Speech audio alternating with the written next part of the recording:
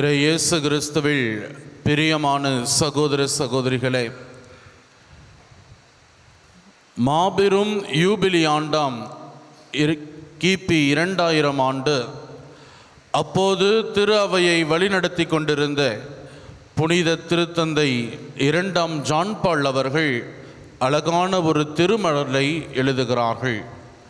அந்த திருமடலானது ஆழத்திற்கு கொண்டு போய் மீன் பிடிக்க உங்கள் வலைகளை போடுங்கள் என்ற இன்றைய நாளின் நற்செய்தியின் வார்த்தைகளை அடிப்படையாக கொண்டு மக்களுக்கு ஒரு செய்தியை வழங்குகிறார். அப்பொழுது அவர் இந்த நாளில் வருகிற நற்செய்தியை இவ்வாறு உருவகப்படுத்துகிறார்.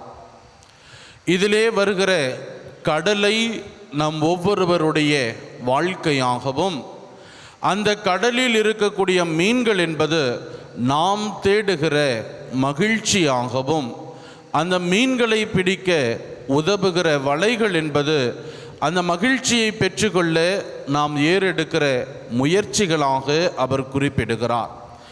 இந்த நிலையிலே அந்த மகிழ்ச்சி என்று பார்க்கிற பொழுது, அந்த மகிழ்ச்சியை பொருளாதாரம், பணம், பதவி போன்ற இந்த உலகங்களிலே இருக்கக்கூடிய செல்வங்களை மகிழ்ச்சியாக கொண்டு அவற்றை நாம் தேடுவது என்பது கடலின் கடற்கரை ஓரமாக வலைகளை இட்டு மீன்களை பிடிப்பதற்கும் அல்லது கடலின் மேலோட்டமாக மீன்களை பிடிப்பதற்கும் ஆக அவர் ஒப்பிடுகிறார். ஆக உண்மையான மகிழ்ச்சியை நீங்களும் நானும் பெற்றுக்கொள்ள வேண்டும் என்றால், இன்றைய நாளின் முதல் வாசகத்திலே புனித பவுலடியார் நமக்கு எடுத்துரைப்பதைப் போல கடவுளுக்கேற்ற ஞானத்தை பெற்றுக்கொள்வதும் ஆவியானவருக்குரிய ஏற்ற வாழ்வு வாழ்வதும் நமக்கு உண்மையான மகிழ்ச்சி தரக்கூடியதாய் அமைகிறது என்று அவர் குறிப்பிட்டுவிட்டு, இன்றைய நாளின் அதே வார்த்தைகளை தொடர்ந்து புனித பேதுருவினுடைய வாழ்விலே ஒப்பிட்டு பார்க்கிறார். அவர் எப்படி அதை ஒப்பிட்டு பார்க்கிறார் என்று பார்க்கிற பொழுது, முதலிலே பவுலடியார் கடலில் மட்டுமல்ல தன் வாழ்விலும் கூட மேலோட்டமாக வலைகளை வீசி மீன்களை தேடி கொண்டிருந்தார் என்று அவர் குறிப்பிடுகிறார்.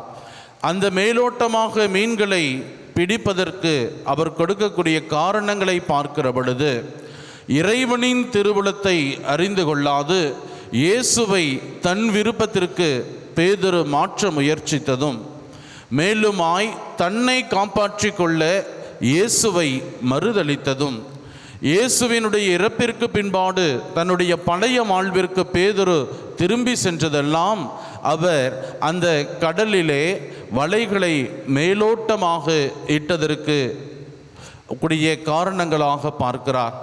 இரண்டாவதாக புனித பேதுருவினுடைய வாழ்வினுடைய 2வது பகுதியிலே திருத்தூதர் பணிகள் புத்தகம் 4ஆம் அதிகாரம் 19வது இறை வசனத்திலே நாம் வாசிக்கிறதை போல, யாருக்கு உகந்ததை செய்வது, கடவுளுக்கு உகந்ததை நாம் செய்ய வேண்டும் என்று நம்முடைய வாழ்விலே அவர் மீண்டுமாய் உயிர்த்த ஆண்டவரை சந்தித்த பிற்பாடு அவருடைய வாழ்வு எப்படிப்பட்டதாக மாறிவிட்டது என்பதை அழகாக அந்த திருத்தூது மடலிலே புனித திருத்தந்தை 2ஆம் ஜான் பால் அவர்கள் குறிப்பிட்டிருப்பார்கள். இயேசுவில் பிரியமான சகோதர சகோதரிகளே, இன்றைய நாளின் இறை வார்த்தை வழிபாடும் நமக்கு அத்தகைய ஒரு அழைப்பை தான் கொடுக்கிறது. இங்கு மீன்களை பிடிப்பதென்பது இந்த வாழ்வின் நிலையற்ற செல்வங்களை நாம் பிடிக்க, இந்த வாழ்வின் நிலையற்ற செல்வங்களை மட்டும் நாம் கொண்டிருக்க மனம் கொண்டதாக இருக்கிறது. மனிதர்களை பிடிப்பது என்பது இறைவனுக்குரிய அன்பு, மன்னிப்பு, இறைவனோடு கூடிய உறவுகளிலே நாம் நிலைத்து நிற்க நாம் முயற்சி செய்வதாக இருக்கிறது. நம்மையே ஒரு சுய ஆய்வு செய்து பார்ப்போம். நான் எத்தகையவற்றை தேடி என் வாழ்விலே முயற்சி செய்து கொண்டிருக்கிறேன்? மகிழ்வு எனக்குடைய நிலையற்ற செல்வங்களை மட்டும் நான் தேடிக்கொண்டிருக்கிறேனா, அல்லது நிலையான செல்வமாகிய இறையரசை உரிமையாக்கி கொள்ள முயற்சி எடுத்து கொண்டிருக்கிறேனா என சிந்திப்போம்.